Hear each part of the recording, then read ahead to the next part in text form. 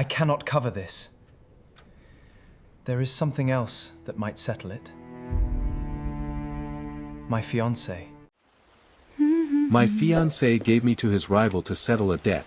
He never expected him to fall in love with me.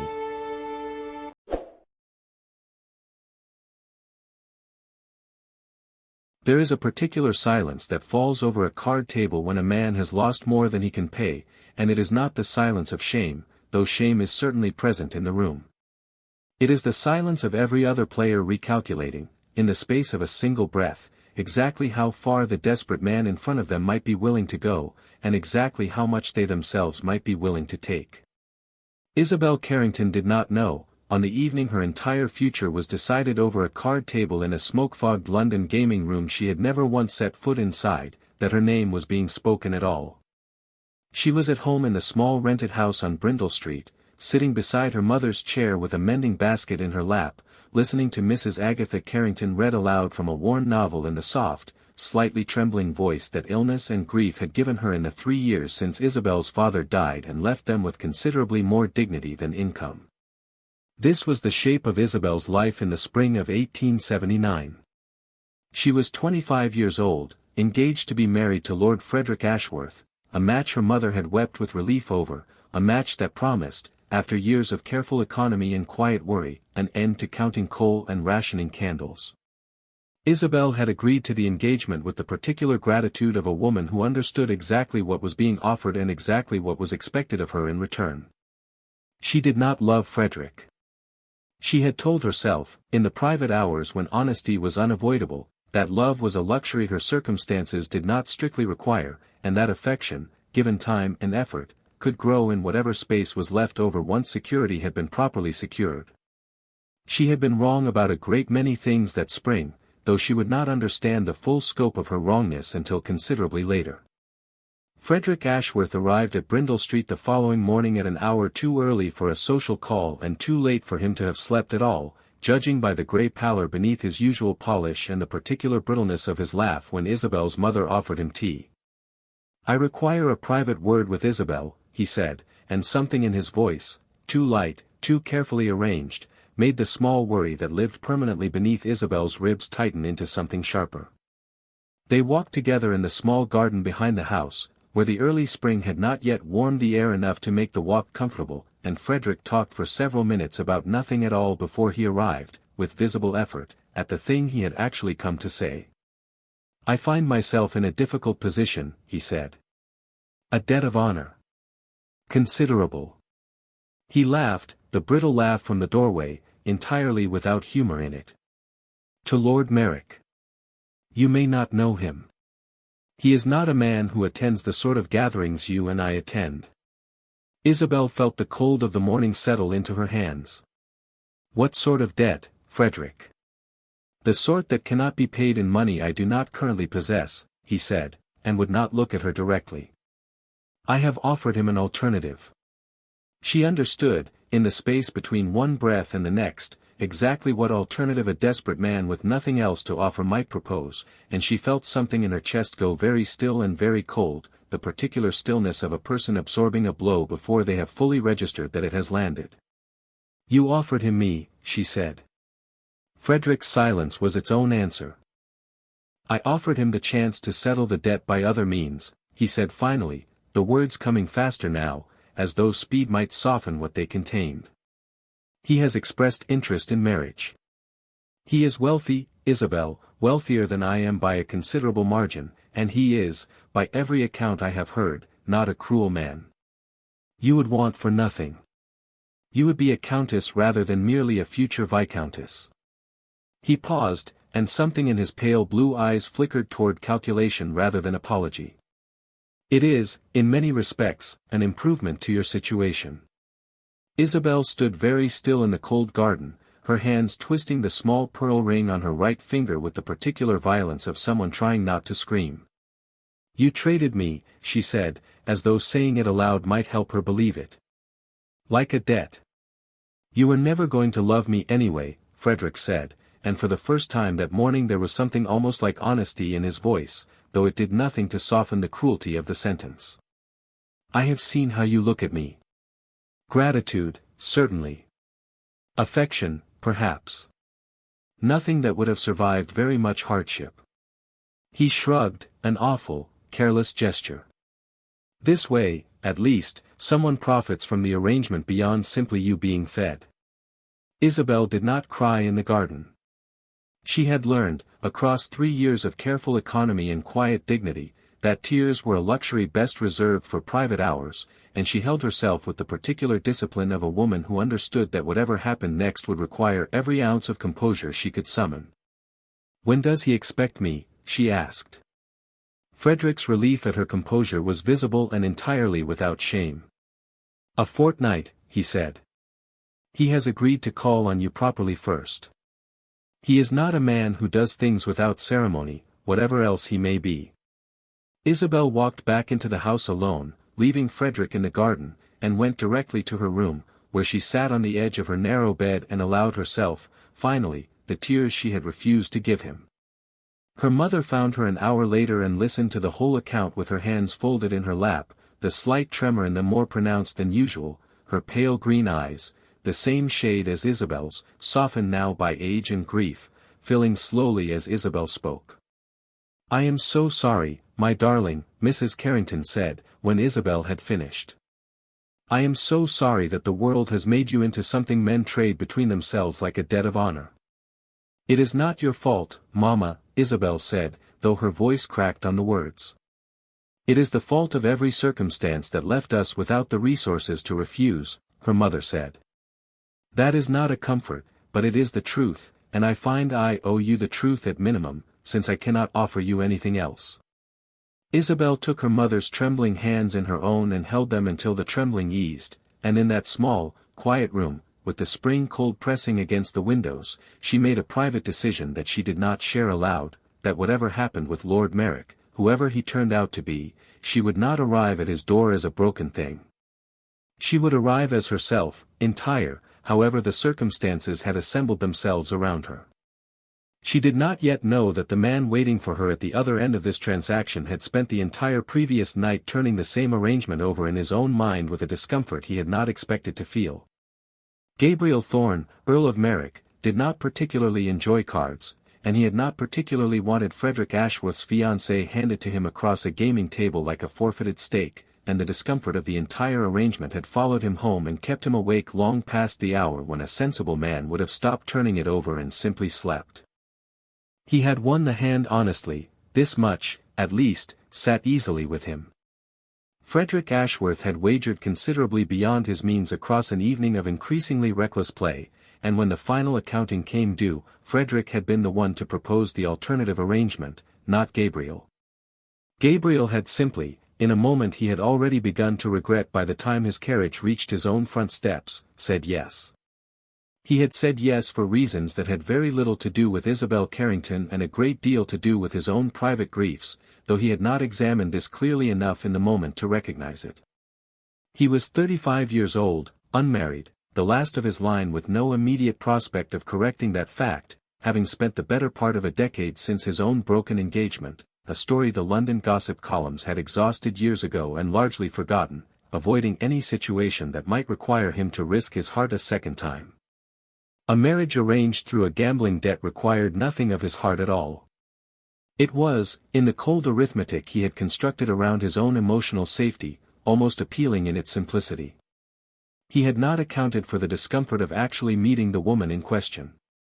Mrs. Hollis, his housekeeper of 20 years and the closest thing to family he retained in the world, found him in the library the morning after the arrangement was finalized, staring at nothing in particular with the specific expression she had learned, across 2 decades of service, to associate with her employer's rare moments of genuine unease. "You look like a man who has done something he is not proud of," she observed, setting down the tea tray without being asked. "I have settled a debt," Gabriel said. "You have acquired a wife through a card game," Mrs. Hollis said, with the particular bluntness that 30 years of service had earned her the right to deploy. "There is a difference, my lord, between those 2 sentences, and I suspect you know it." Gabriel did not argue with her, because he did not have an argument that would survive her scrutiny. "What is she like?" Mrs. Hollis asked, settling into the chair across from him with the ease of a woman who had stopped pretending to formal distance years ago. "I do not know," Gabriel admitted. "I have never met her. I know only that Ashworth described her as clever, and that he seemed, when he offered her, entirely unconcerned with whether the offering would harm her." Mrs. Hollis's expression darkened. "Then you have acquired," she said slowly, "not simply a wife, but a woman who has just learned exactly how little her own fiancé valued her." He paused, the practical management of her thoughts visible in the brief silence. "That is not nothing, my lord. That is a wound, and wounds require considerably more care than contracts." Gabriel turned the words over for a long moment, and something in his chest, a chest he had spent a decade keeping carefully closed against precisely this kind of complication, tightened with an emotion he did not immediately recognize as the beginning of genuine concern for a woman he had not yet met. "I will call on her properly," he said finally. "I will not simply send for her like a parcel." Mrs. Hollis's face softened. "That," she said, "is the first sensible thing you have said since this whole business began." He called on Brindle Street 4 days later, in his second-best coat rather than his finest, having decided, after considerable private deliberation, that arriving in full aristocratic display would only emphasize the imbalance of power that already defined the entire situation more than he was comfortable with.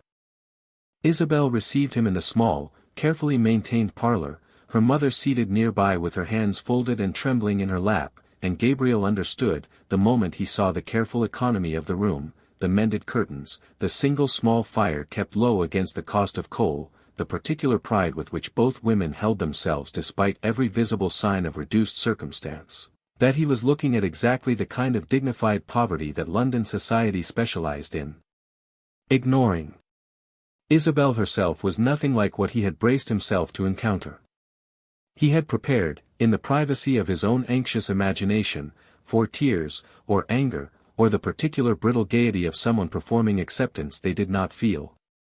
He had not prepared for the quiet, direct composure with which she looked at him across the small parlor, her deep green eyes meeting his amber-brown ones with neither flirtation nor fear, simply the careful assessment of a woman determining exactly what kind of man she was now obligated to marry. "You are not what I expected," Isabel said, before either of them had managed any of the conventional opening pleasantries. "Neither are you," Gabriel said. "I am sorry. I do not know precisely what I expected, but I find I am relieved to have been wrong about it." Something in Isabel's careful composure flickered, not quite a smile, but the early architecture of one. "You did not have to come yourself," she said. "You could have simply sent instructions through your solicitor, the way these arrangements are usually managed." "I am aware of how these arrangements are usually managed," Gabriel said. "I did not care for the precedent." He paused, choosing his next words with visible deliberation. "I would like to ask you something, Miss Carrington, and I would like you to answer honestly, regardless of what answer you believe I wish to hear." Isabel's hands, resting in her lap, went very still, the only outward sign of the tension Gabriel could not yet read but would, in time, come to recognize as her particular tell. "Ask," she said. "Do you wish to refuse this?" Gabriel said. "Not whether you believe you are able to refuse it. Whether you wish to. I will not pretend the circumstances of how this arrangement came about are anything other than what they are, and I will not insult you by suggesting you had any real choice in the matter as it currently stands. But I find I would like to know, before anything further proceeds, whether marrying me is something you actively dread, or simply something you have not yet had the luxury of evaluating on its own merits." Isabel looked at him for a long moment, and Gabriel held very still under the scrutiny, understanding, with the particular clarity of a man who rarely misjudged a room, that whatever she said next would matter considerably more than either of them had perhaps intended it to. "I do not dread it," she said finally. "I do not yet know what I feel about it, beyond a great deal of anger at the man who arranged it, which I am attempting not to direct at you, since you did not create the circumstance, only accepted it." She paused. "I would like the chance to know you, Lord Merrick, before I am asked to spend the rest of my life married to whoever you turn out to be. That seems a reasonable thing to want, given everything else about this situation that has not been reasonable at all." It is entirely reasonable, Gabriel said, and something in his chest, that carefully closed chest, guarded for a decade against precisely this kind of risk, eased very slightly, in a way he did not yet have language for and would spend the following weeks slowly learning to name. Then let us begin there, he said. Knowing each other. The marriage can wait for whatever time that requires. There is a particular kind of dignity that does not announce itself loudly, it simply exists in the way a person holds their shoulders, the way they answer a question honestly even when honesty is the harder path, the way they ask, in the middle of their own crisis, to be known rather than simply acquired. Isabel Carrington was treated like a debt, and she walked into the room where her future was being decided and asked, instead of weeping or pleading, to be given the chance to actually meet the man she was being asked to marry. That is not the behavior of a victim. That is the behavior of someone who understands, even in the worst circumstances, that her own dignity is not negotiable, however everything else about her situation might be. If you have ever been handed a circumstance you did not choose and found, somewhere inside the wreckage of it, the strength to ask for something better than simple survival, you already understand exactly what is happening in this story. Subscribe to Regent Hearts right now if this has found you. Hit the bell so the next story reaches you the moment it goes live. Tell us in the comments where in the world you are watching from, and tell us, have you ever had to build dignity out of a situation that gave you none to start with? What happens next between Isabel and Gabriel is going to surprise you, and it is going to surprise them both even more. Stay with us. For 3 weeks, Gabriel Thorne called on Brindle Street nearly every day, and what grew between him and Isabel Carrington in that time was not the swift, theatrical romance of novels Isabel had once mended stockings while her mother read aloud, but something slower and considerably more durable, the particular intimacy that develops between two people who have decided, independently and without announcing it to each other, to simply pay full attention. He learned that she hummed without noticing when she was anxious, a habit he found, to his own private surprise, entirely endearing rather than odd. He learned that she had taught herself 3 languages from borrowed books during the years after her father's death, not from any particular ambition but because learning something difficult was the only project available to her that required no money at all. He learned that she twisted the small pearl ring on her right hand when she was frightened, and that she had stopped wearing it loosely the week before their first proper visit, tightening the band herself with a strip of silk thread so it would not slip when her hands trembled. She learned, in turn, that his stillness was not coldness but concentration, that he went quiet in exactly the moments when something mattered most to him, and that the silence, once she learned to read it, was considerably more eloquent than anything he might have said instead. She learned about the broken engagement a decade prior that the London papers had exhausted and forgotten, which he told her about on their 9th visit, sitting in her mother's small parlour with his hands clasped between his knees and his amber-brown eyes fixed on the floor. Her name was Charlotte, he said. We were engaged for 2 years. She died of a fever 3 months before the wedding.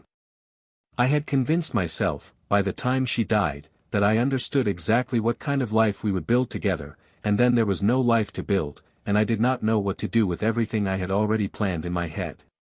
He paused for a long moment. I decided, somewhere in the year that followed, that the safest thing was never to plan a life with anyone again. It is considerably harder to lose something you never fully allowed yourself to want. Isabel listened to this with her hands very still in her lap, understanding, with the particular clarity that comes from genuine attention, that she was being given something far more valuable than a confession. She was being given the reason behind every careful, measured thing she had observed in him across 3 weeks, the architecture of a grief that had quietly shaped a decade of his life. And now, she asked carefully, you find yourself obligated to plan a life with someone you did not choose to want. I did not say I did not choose to want it, Gabriel said, and something in his voice carried a vulnerability she had not yet heard from him. I said I had decided, a decade ago, not to want anything of the kind. I am finding that decision considerably harder to maintain than I had anticipated. The silence that followed carried a weight neither of them quite knew how to address yet, and Isabel, with the particular courage that had carried her through the worst morning of her life in a cold garden 3 weeks prior, did not try to fill it with anything false. I find I understand that feeling, she said quietly. I did not expect, when Frederick handed me to you like a settled debt, that I would find myself genuinely curious about the answer to a question I had not planned to ask. But here we are. What question? Gabriel asked. Whether it is possible, Isabel said, for something built this way, out of debt and obligation and a card game neither of us asked to be part of, to become something real. Something neither of us would trade away if we were given the choice again. Gabriel looked at her for a long moment, and the careful distance he had maintained for a decade, the particular safety he had built out of never fully wanting anything again, began, in that small parlor with the low fire and the mended curtains, to crack open in a way he had not permitted in 10 years. I think, he said slowly, that it has already become real. I am simply uncertain whether you feel the same, and I did not wish to presume. Isabel's hands, for the first time in the entire conversation, went still not from fear but from something gentler, the particular stillness of a person absorbing a truth they had hoped for without quite daring to expect it. I feel the same, she said. Neither of them moved to close the distance between them that evening. The moment required, they both understood without saying so, the kind of patience that respects how it began, slowly, honestly, without the performance of romance laid over the top of an arrangement that had started as something considerably less generous than love. But something had shifted in the room, and both of them knew it, and the knowing carried them through the following weeks with a tenderness that grew, day by day, into something neither debt nor obligation could fully account for. It was on a Sunday afternoon, for weeks into the courtship, that Gabriel asked her to walk with him in the small public gardens 2 streets from Brindle Street, a modest green space with a single fountain and a row of plane trees just beginning to show their early leaves, and it was there, away from the careful watchfulness of her mother's parlor, that Isabel first understood the particular shape of what was growing between them. They walked slowly, neither in any hurry to reach the end of the gravel path, and Gabriel told her, in the unhurried way he had of offering pieces of himself only when he judged the moment ready to receive them, about the years immediately following Charlotte's death, the months he had spent unable to enter the chapel where the wedding would have taken place, the particular cruelty of receiving condolence calls from people who meant well and said, every single time, some version of at least. You did not marry her, as though the marriage rather than the woman had been the thing worth grieving. I hated them for saying it, he said, even though I understood they intended kindness. It was easier, I think, to imagine I had lost an arrangement rather than a person, because an arrangement could be replaced and a person could not. I let myself believe, for longer than I am proud of, that grief would be more manageable if I simply stopped letting myself want anyone enough to grieve them properly. Isabel stopped walking. The fountain behind them caught the pale afternoon light, scattering it across the gravel in small broken pieces. And now, she asked, do you still believe that? Gabriel turned to face her fully, his amber-brown eyes carrying none of their usual careful distance. No, he said. I do not believe it at all anymore. I have spent 4 weeks discovering that the alternative to risking grief is not safety. It is simply a smaller, quieter kind of loss, spread out across years instead of arriving all at once. He paused, his voice dropping into something rawer than she had yet heard from him. I would rather risk losing you properly than spend the rest of my life having never properly had you at all. Isabel felt something in her chest open with a suddenness that nearly frightened her, not the careful, measured warmth that had been building across 4 patient weeks, but something larger and considerably less governable. I am not accustomed, she said carefully, to being wanted as a person rather than as a solution to someone else's problem. Frederick wanted a wife who would not inconvenience him. You are the first person in a very long time who has asked me what I actually want, and meant the question. Then let me ask it again, Gabriel said. Properly, this time, away from any parlor, any debt, any obligation neither of us chose. What do you want, Isabel? She looked at him for a long moment, the fountain's small sound filling the space where words might otherwise have rushed in too quickly, and when she answered, her voice carried none of the careful composure she had maintained since the morning in the cold garden. I want this, she said. I want to be known the way you have spent 4 weeks knowing me. I want to stop being afraid that wanting something good will mean it gets taken away, the way everything else has been taken away these past 3 years. She paused, her hands finally still, finally steady. I think I am beginning to fall in love with you, Gabriel, and I find I am no longer interested in pretending otherwise simply because the beginning of this arrangement gave me every reason to expect something considerably less generous. Gabriel reached for her hand in the fading afternoon light, and this time, neither of them hesitated. He brought her gloved fingers to his lips, the gesture entirely without performance, simply the unguarded instinct of a man who had spent a decade refusing exactly this kind of unguarded want and had finally, in a small public garden with a single modest fountain, run out of reasons to keep refusing it. I am already there, he said quietly. I believe I have been there for rather longer than I allowed myself to admit. They walked back to Brindle Street as the light began to fail, not quite touching, not quite separate, carrying between them the particular fragile certainty of two people who had each, independently, decided to risk wanting something real, and had discovered, in the risking, that the other person had been brave enough to arrive at the same decision.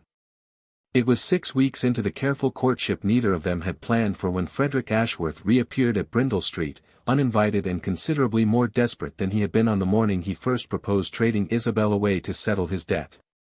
Isabel received him alone, her mother having retired early with the particular exhaustion that came and went with her health these days, and she understood, the moment she saw Frederick's face, pale, drawn, his usual polish entirely abandoned, that whatever had brought him back was considerably worse than the debt that had started this entire arrangement. I require your help, Frederick said, without any of his usual preamble. Isabel did not invite him to sit. You traded me to settle a debt, she said. I am not certain what further help you imagine I am positioned to offer. Merrick is wealthy, Frederick said, his pale blue eyes carrying a desperation that had stripped away every layer of his usual charm. If you were to ask him, if you were to simply mention that I am once again in difficulty.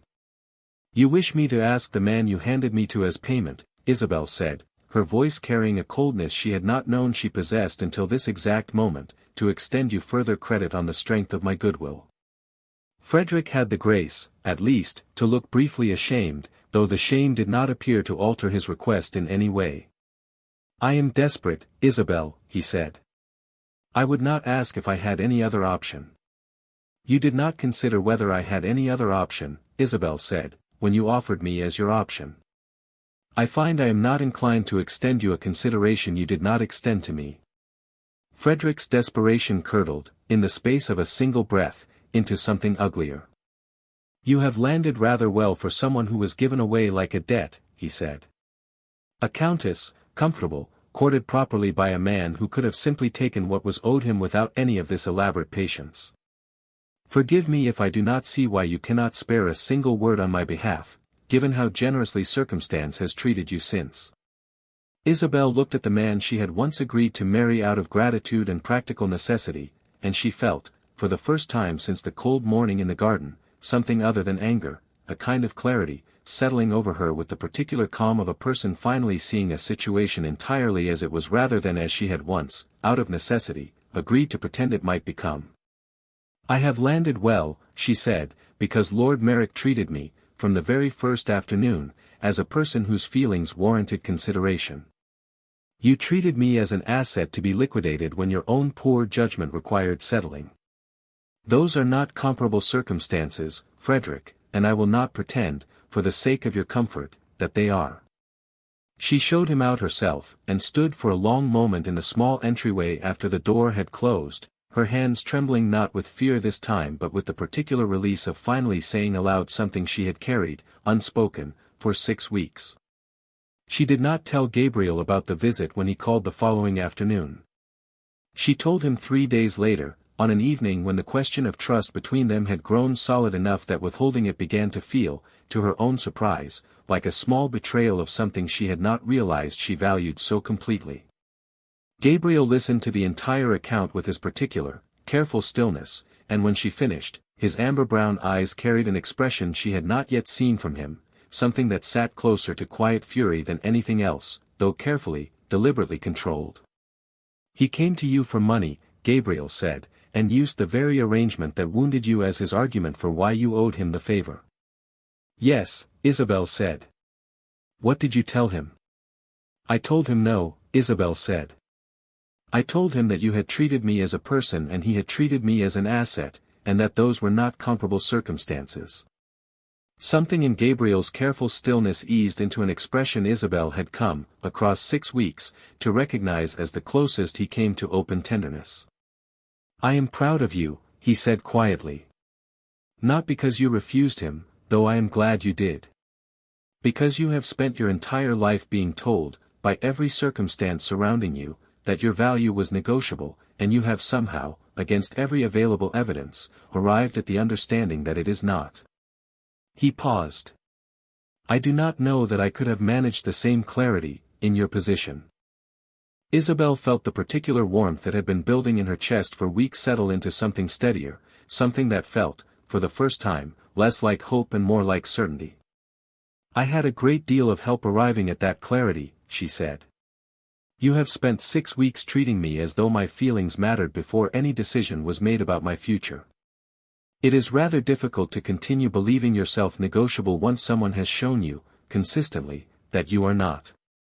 Gabriel reached for her hand, and Isabel let him take it, and the small parlor with the mended curtains and the low fire held, in that moment, the particular quiet of 2 people who had built something real out of circumstances that had asked nothing real of either of them, and had chosen, every single day since, to keep building anyway.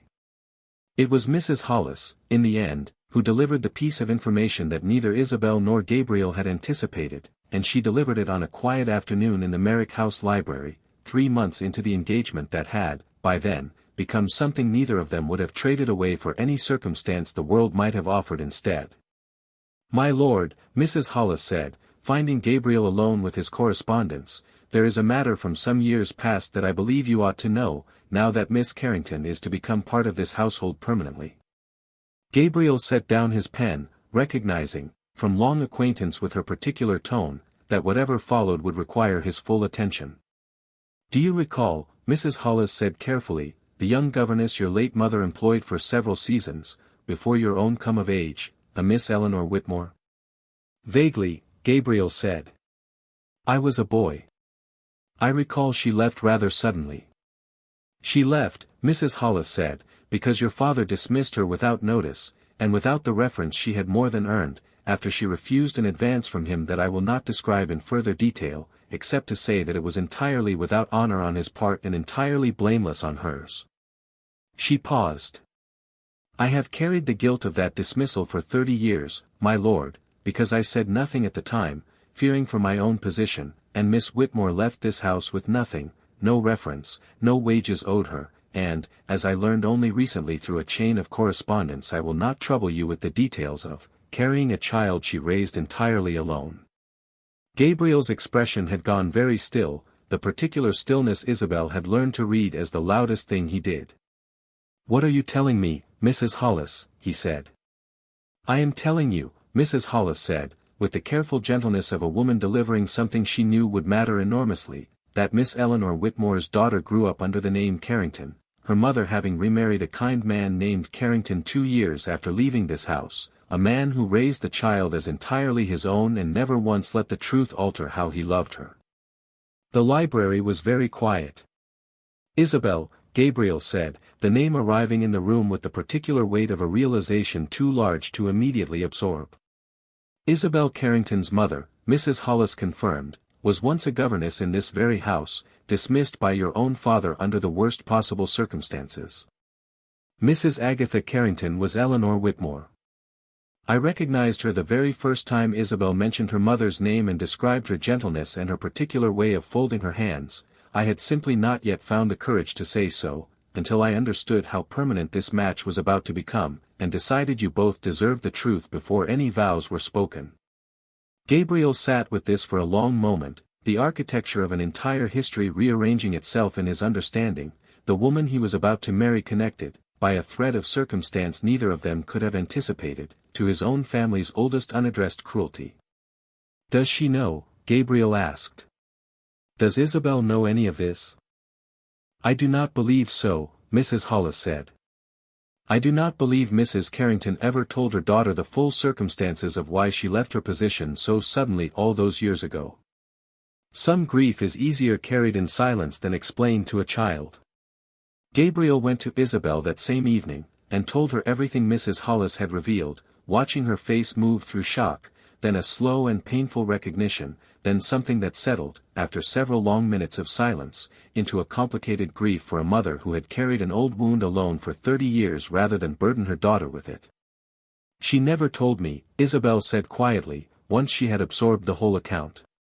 "She let me believe she simply chose to leave service when she married my father. She never once suggested there had been any cruelty in it at all." "She was protecting you," Gabriel said gently.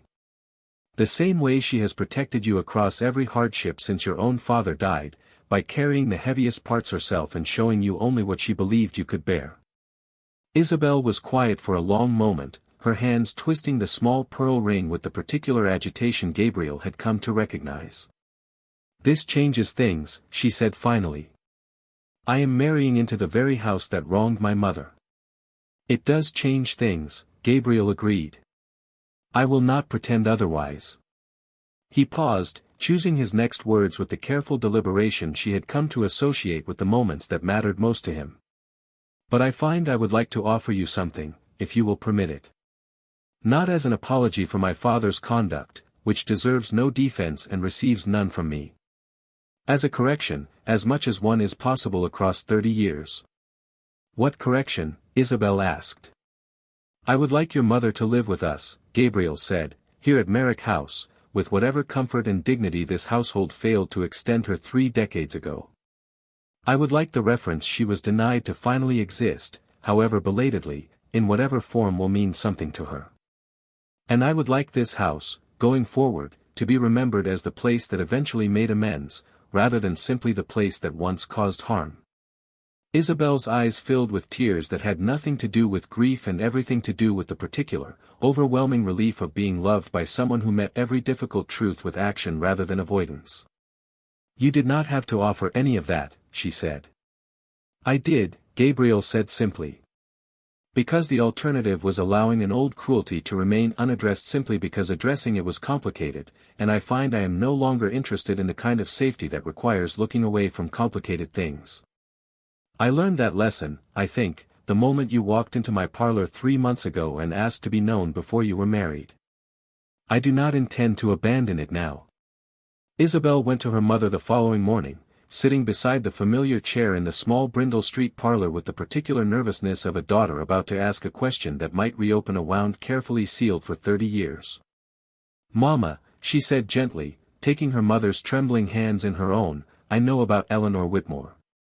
Mrs. Carrington went very still, her pale green eyes, the same eyes she had given her daughter, widening with a fear that had clearly lived beneath the surface of her composure for 3 decades, waiting for exactly this moment.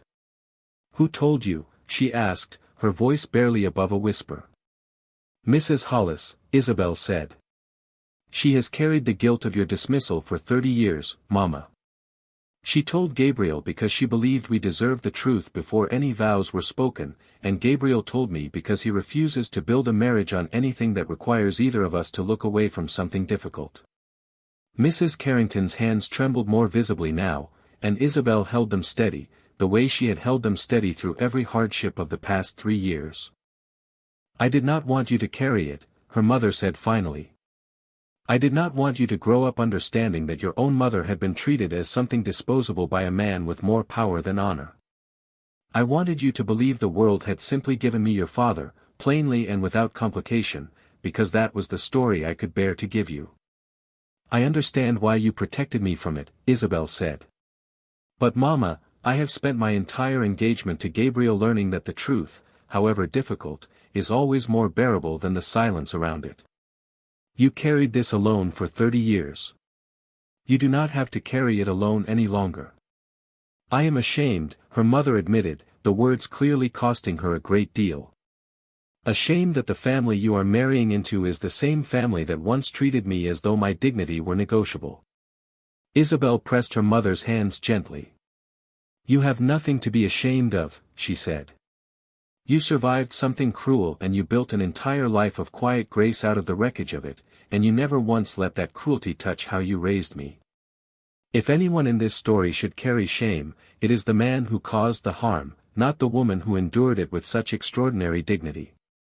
Mrs. Carrington wept then, the particular release of 30 years of carefully guarded grief finally finding permission to surface, and Isabel held her mother through it the way her mother had once held her through every difficult morning of her own childhood, the two of them finally, after 3 decades, sharing a burden that had been carried alone for far too long. "Gabriel wishes for you to live at Merrick House," Isabel said, once the worst of the tears had passed. "Not out of obligation, Mama. Out of genuine desire to offer you, however belatedly, the dignity that house once denied you." Mrs. Carrington looked at her daughter for a long moment, and something in her careworn face shifted into an expression Isabel had not seen there in years, not simply relief, but something closer to hope, the particular fragile hope of a woman who had long ago stopped expecting the world to offer her any correction at all. "I would like that very much," she said quietly. "I find I have spent 30 years believing that house owed me nothing further. I am grateful to discover I was wrong." The wedding and what came after. Isabel Carrington and Gabriel Thorne were married in late autumn, in the small chapel on the Merrick estate grounds, with Mrs. Agatha Carrington seated in the front pew in a new lavender dress that Gabriel had quietly commissioned weeks earlier, her trembling hands folded in her lap, her pale green eyes, the same eyes she had given her daughter, bright with tears that carried, finally, more joy in them than grief. Mrs. Hollis stood near the back of the small gathering, having delivered, 3 months prior, the truth that had reshaped an old wound into something resembling repair, and she watched the ceremony with the particular satisfaction of a woman who had spent 30 years carrying a guilt that had finally, against every reasonable expectation, found its way toward resolution. Frederick Ashworth was not invited, and made no attempt to attend. Isabel wore her mother's own wedding ring, reset by Gabriel's own request into a setting that matched the small pearl ring Isabel had worn throughout the entire courtship, the same ring she had twisted in fear in a cold garden on the worst morning of her life, transformed now into something she wore without any trace of that old anxiety at all. When Gabriel kissed her at the altar, the small chapel filled with the particular warmth of two people who had built something entirely real out of circumstances that had given them every reasonable excuse to build nothing at all, a debt settled across a card table, a fiancé who valued convenience over kindness, an old family cruelty finally brought into the light and answered with something better than apology. Mrs. Agatha Carrington moved into Merrick House within the month, given rooms of her own choosing and a household that treated her, for the first time in 30 years, with the dignity she had once been denied. She lived to see her daughter's first child, a girl they named Eleanor, after the grandmother whose courage and silence had quietly shaped, across 3 decades and one impossible card game, the entire improbable architecture of her family's eventual happiness. Gabriel Thorne never fully lost his stillness. It remained, across the long, contented years of their marriage, the particular language by which Isabel learned to read exactly how much something mattered to him. But the stillness, where once it had guarded against ever wanting anything again, became instead the quiet center of a household that had learned, against every reasonable expectation set by the worst morning of its beginning, to want everything, fully, without fear of the cost. Isabel Carrington was handed across a gaming table like a settled debt, by a man who valued his own comfort over her dignity, to a stranger who could have simply taken what circumstance had given him without a single thought for what she might need instead. He chose differently. He chose to ask her what she wanted before he asked anything of her at all, and in the slow, patient building that followed, weeks of honest conversation, an old family wound finally brought into the light, a mother given back the dignity she had carried in silence for 30 years, 2 people who began as a transaction built something that no card game, no debt, no desperate fiancé's calculation could ever have predicted. If Isabel's story found you somewhere real today, if you have ever been treated as negotiable by someone who should have known better, and found, somewhere in the wreckage, a person who finally treated you as entirely yours to give, then you already understand exactly why this channel exists. Subscribe to Regent Hearts right now if you have not already. Hit the bell so the next story finds you the moment it goes live. Tell us in the comments where in the world you are watching from, and tell us honestly, did you see the truth about Isabel's mother coming, or did it catch you exactly the way it caught her? Share this with someone who needs to remember that being given away is never the same as being worthless. The next story is already waiting. We will see you there.